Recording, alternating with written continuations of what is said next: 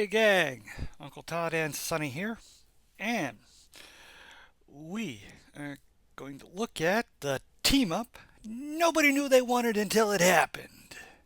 That's right, Moontrap, starring Star Trek's Walter Koenig and Evil Dead's Bruce Campbell. Mhm. This was made between Koenig's stint in the Star Trek film franchise, I believe between 4 and 5. And this was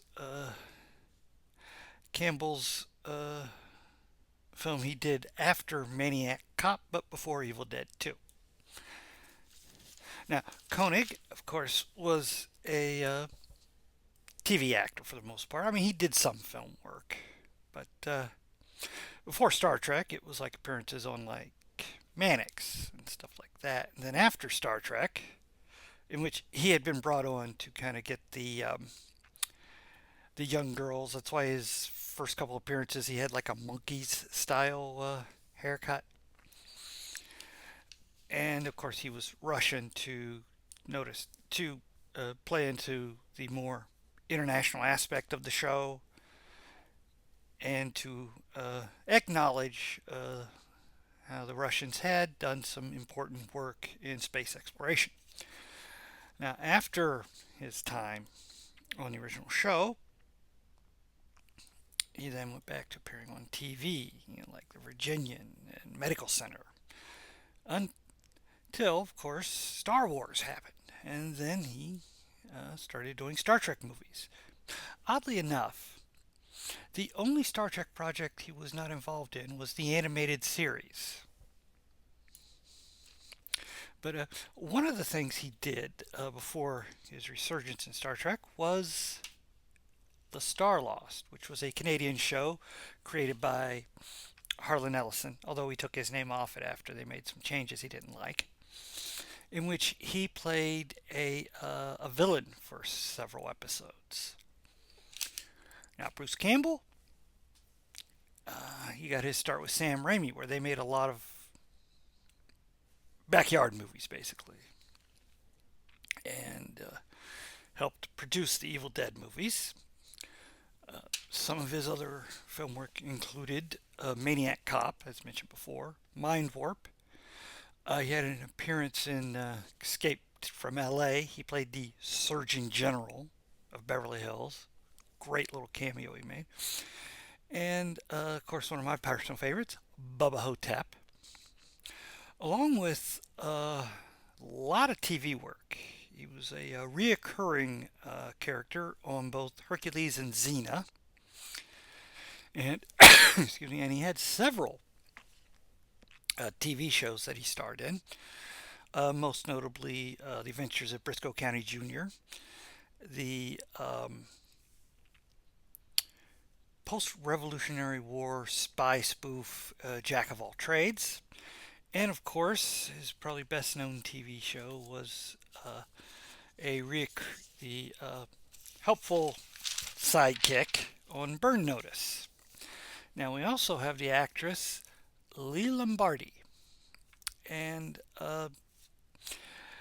she mostly had small roles in films. She was in such films as The Wildlife, the Charles Bronson action film Murphy's Law, the September-May romance film Tiger's Tail, and she was also in Memories of Me. And she also was a regular on the short-lived show Ocean's Avenue. Well, enough of that.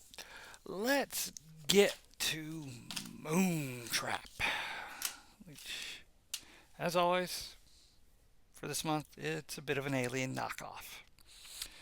And we open during the epic moon landing we did back in '69. Only there's some extra footage we didn't see.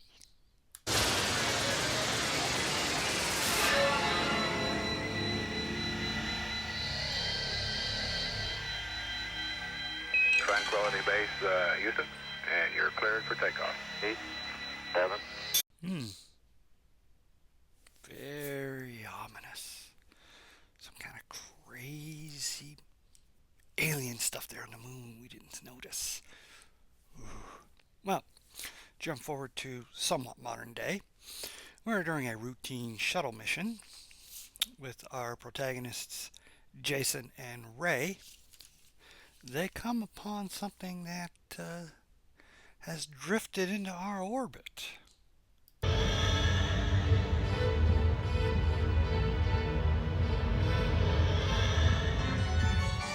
Hey, Chuck, are you tracking this? We got it down here now. It's on some kind of crazy elliptical orbit, way out of the usual satellite tracks. That's why we never picked it up. Oh, so it's been there for quite a while then. Huh. Okay, well, Ray wants to go out and take a look, but Jason, being the commander and bit of a gotta prove himself kind of guy, because he's older. Not that there's anything wrong with that. He's in a spacesuit and putters over there, where he makes 2 discoveries. Okay. Got it. What is it? Have no idea.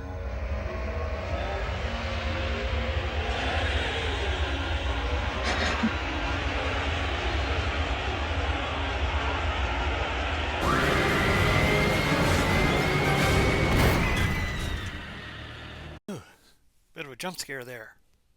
Nice, they're getting that out of the way early. Well, they collect both, bring them back home, where under examination they make an even more amazing discovery. He's 14,000 years old. That's prehistory. Wow, prehistory, ancient astronauts. Gotta get the History Channel on this. Anyway, not everyone is impressed with this find. Most notably, Haskell, the man from the president's cabinet. Colonel, we have all been around at budget time. There's nothing like a little mystery and space hype to sort of jack up the bucks at NASA. Right, Chuck? Don't be dragging Chuck into this. Anyways, after they leave to argue about it, the football, I guess you call it, pod pops open.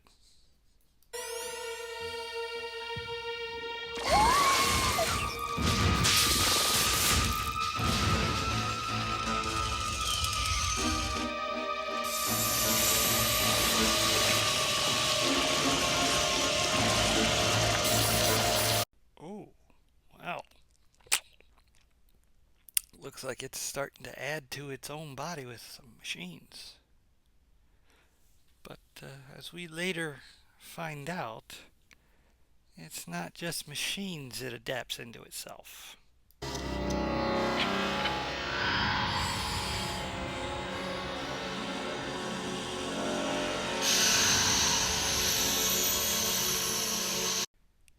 Yeah. That's a human rib cage in it.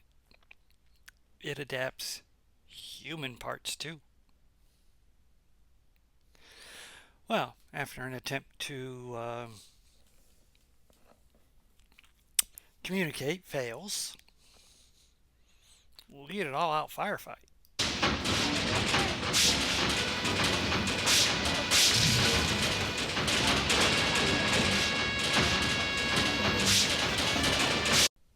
Yeah, things aren't going too well for our side.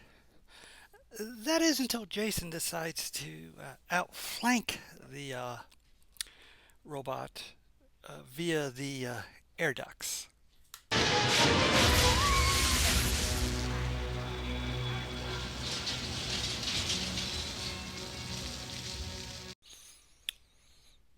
Pretty impressive. He's a thinker.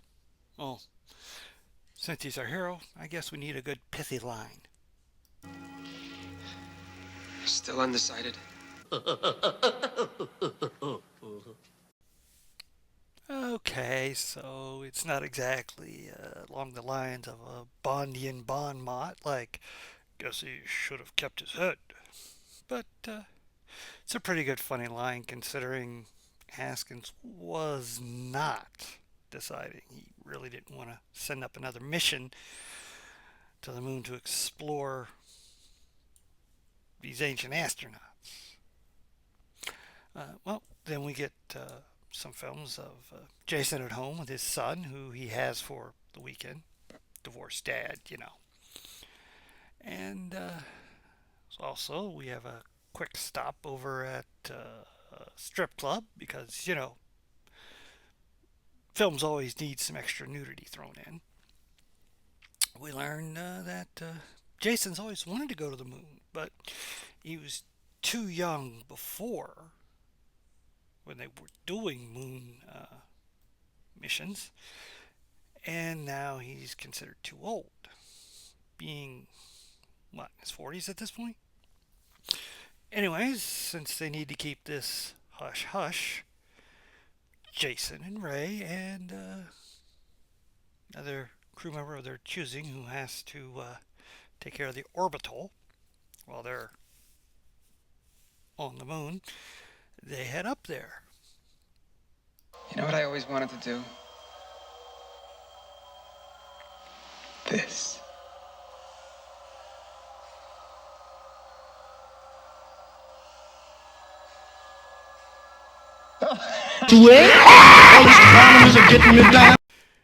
Yes, we have all wanted to embarrass ourselves by tripping when we're doing a moonwalk.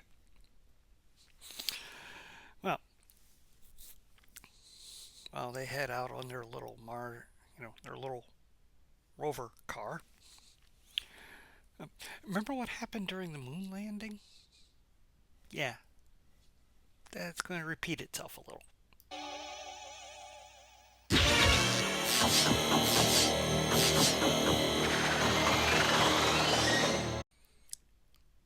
That doesn't look good. Just because something isn't good doesn't mean it's bad. Well, our erstwhile heroes have made an interesting discovery in a moon crater.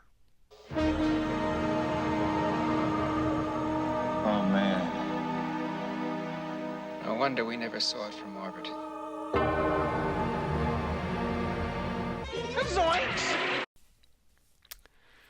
Wow. Some kind of temple or something. Moon base. Let's go with moon base. And taking that flashing as an invitation, they go down, taking their guns with them, of course. Can't be too careful. They enter, where they finally explore some dark corridors until they come to a room that turns on its lights and make an even more amazing discovery. You're not rugged, it's true. It's a woman. Yeah, I know what most of you are thinking. That kind of stuff never happens to me. But wait, there's more.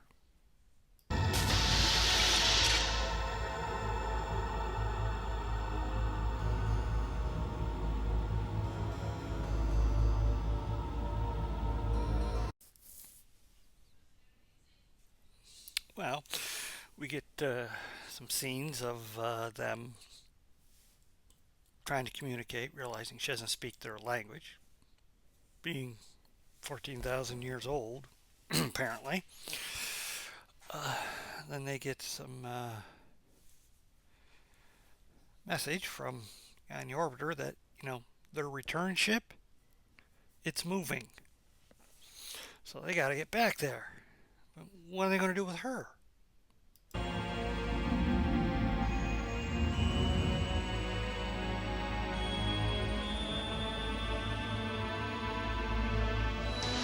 Wait a minute.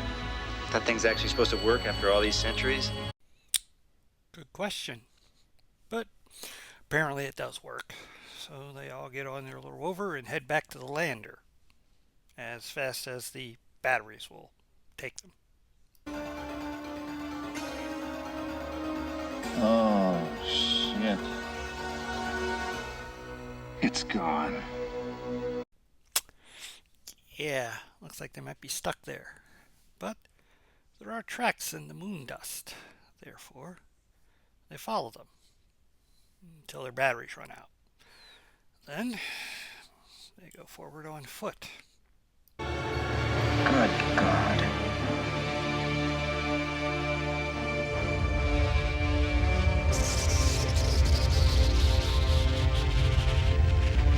So, a ship.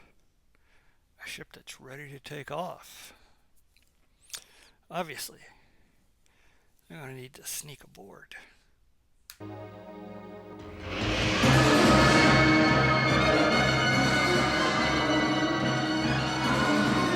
Oh, finally, some action.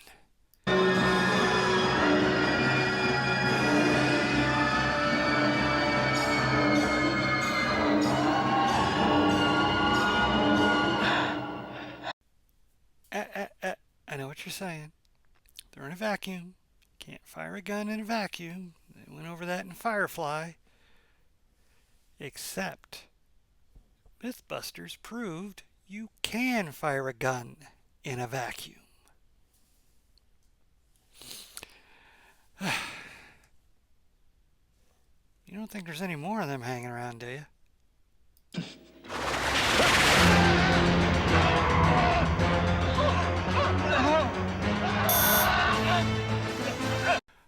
Oh, no, not Ray. Well, after Jason takes care of the other robot, we get a scene that every actor hopes to play. Just remember one thing. What's that? We don't take no shit from a machine. Oh, shit.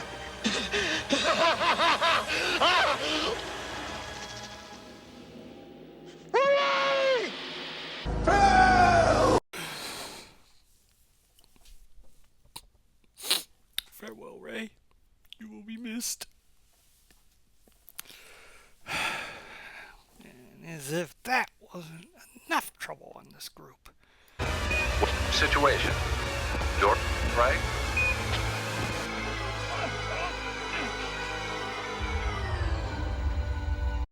They pulled the orbital out of orbit. Well, time to regroup. First things first. Build a shelter. Then he can mourn.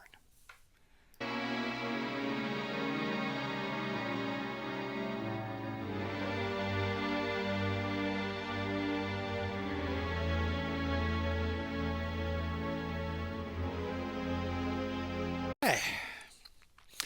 Now they've got a shelter, got oxygen, heat, all that stuff. So they get in, take off their suits, leaving their understuff on, and then Koenig gets to do a little diatribe about how Ray's dead. He's too old to have gone on this mission. He woke up Mira only for her to die. They can't go up against that ship. You know, all that stuff. You know, so he can mourn his losses.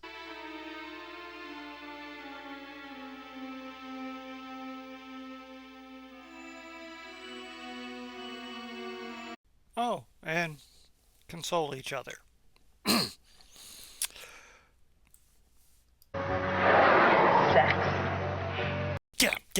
Yes, that.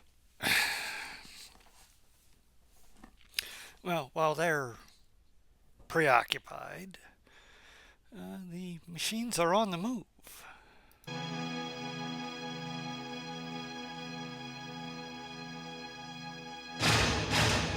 Oh. Looks like they're going to send an old friend to greet them once they're not so busy.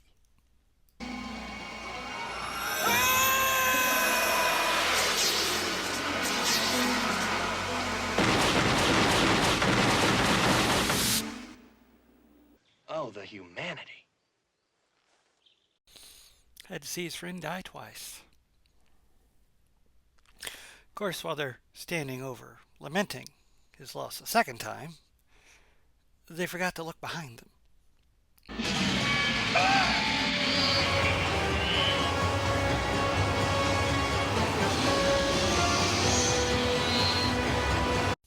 Told you.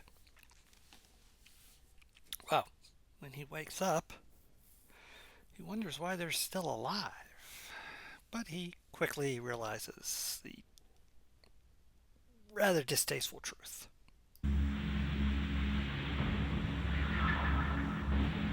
Oh, Christ. That's what we are. Spare parts. Yep. Spare parts. Well, not sure how to get out of that, but then when the chief engineer comes in to dismantle, what was her name? Thanks, Mira. Yeah, Mora. Jason gets the incentive he needs to become a hero.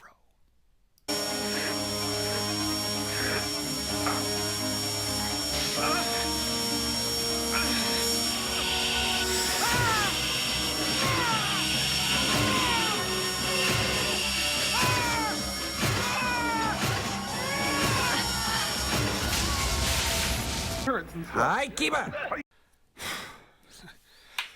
Like they keep saying throughout the film. Hey, we don't take no shit from a machine. Ah. Anyway, getting back into their suits, they make it up to the zero gravity part of the rocket ship.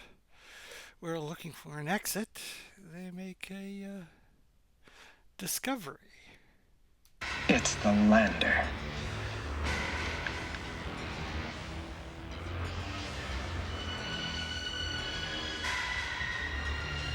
The last piece of equipment they needed to complete this ship. Yep. They've been waiting 14,000 years for the civilization on that planet to come up with the one piece they needed to repair their broken ship. But you know what else this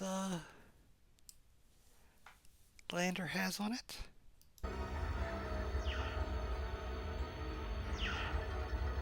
There. It's over. Yeah. Self-destruct device. Now, while all this has been happening, ground control back in Houston, they sent up a rescue ship loaded with some extra cargo. Vessel's armed, but I don't know if we've got enough punch to stop that. Well, you're all we've got, Intrepid. Don't miss.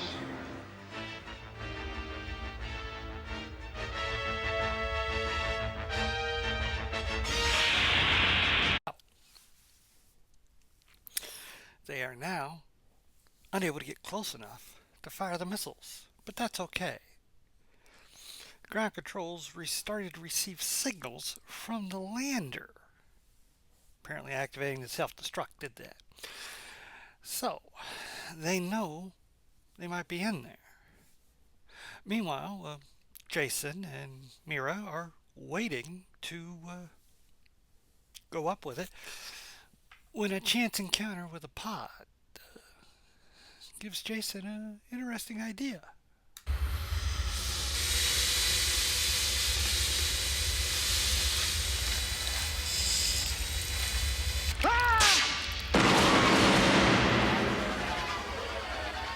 Do you know what I think? It's working. It's working!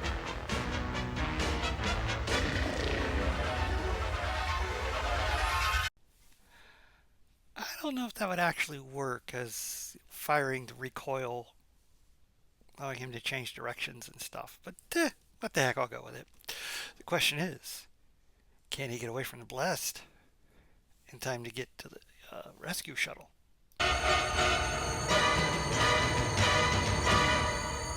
Goddamn government contractors.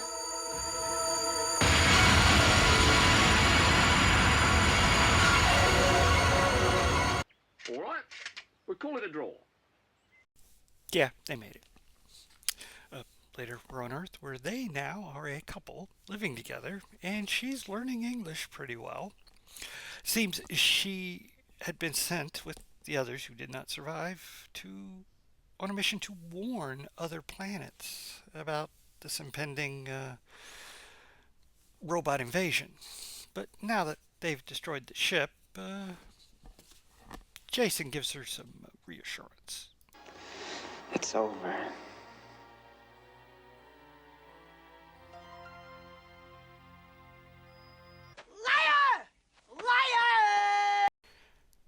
Something tells me he's just saying that to make her feel better, but he's good reason to be skeptical.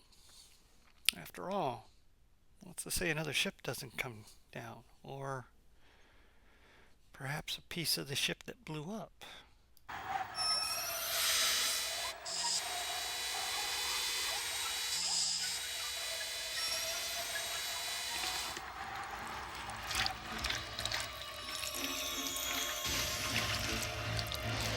And of course it has to land in a junkyard. A lot of material. Perfect setup for a sequel. And the sequel did happen almost 40 years later. No, 2017. Let me see here. 88 to 98, 98 to 108, 108 to 118. Yeah, almost 30 years later. So of course the original cast was no longer there. But it's a decent sci-fi film. I know Bruce Campbell didn't like it in his autobiography, If Chins Could Talk. He basically just referred to it as Moontrap. But I think he's being a little harsh on it. Sure, it's probably not as good or as inventive as his previous film, Maniac Cop, one of his best starring roles, outside of my personal favorite, Bubba Hotep. Killer Elvis impression in that. Anyways, it's pretty good. It's got some good special effects. I like the robots. Plot's pretty good. And I also like the fact that they do some scientific accuracy there when they're on the moon. No sound. It's a vacuum. Guns don't make a sound. Footprints don't make a sound. Nothing makes a sound. The only thing you will hear is what comes through their communicators. I like that. Yeah, I mean, we're used to like Star Trek and Star Wars where you hear phasers going off in space, but not here. More like Babylon 5 where they did it that way. And yeah, it's pretty good. I like Koenig and Campbell. They work well off each other. They got good on-screen chemistry and a lot of good repartee between them. They act and feel like they've been partners for a while. And of course the actress Reddy, she doesn't get to do much as Mira besides look pretty, but she gets a lot of good emoting from her face. And Koenig, really good actor, underrated actor. You know, I don't know why this did not lead to him getting more lead roles. He's really good in this. Might have been the fact that although it was planned for a theatrical release, the company decided after it was made to just shoot it right into straight to video, where it got put among the stacks with all the other sci-fi horror films that went straight to video. Kind of got buried, which is too bad because I think it's a nice little sci-fi film. Stands up well next to just about all the stuff Corman was putting out at that time. You know, Battle Beyond the Stars, Galaxy of Terror, Forbidden World, Star Crystal, you know, all that stuff. Really an enjoyable film. And again, Campbell playing a role that would become rather his raison d'etre, the comedic sidekick, something he would see him play time and again, especially in like Burn Notice. And he's really good in the role, and he gets a good death scene, and Koenig gets a good reaction to his death. All good stuff. And for those that want it, there is some nudity. Yeah, all in all, pretty fun little film. Would it stand next to Star Wars or Alien? No, but then what does? Those are pinnacle stuff. But this is a good B thriller. Really enjoyable. Please hit like, share, and subscribe. And as always, stay after the credits for my favorite scene.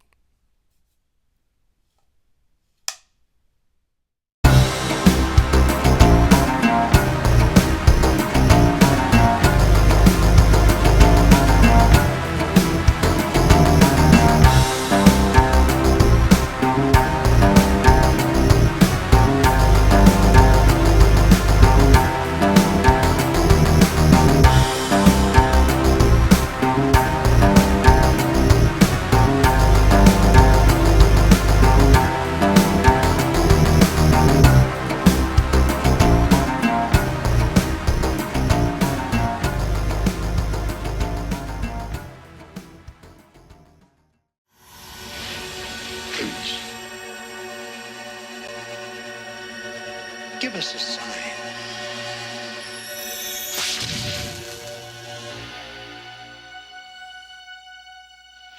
Get the son of a bitch!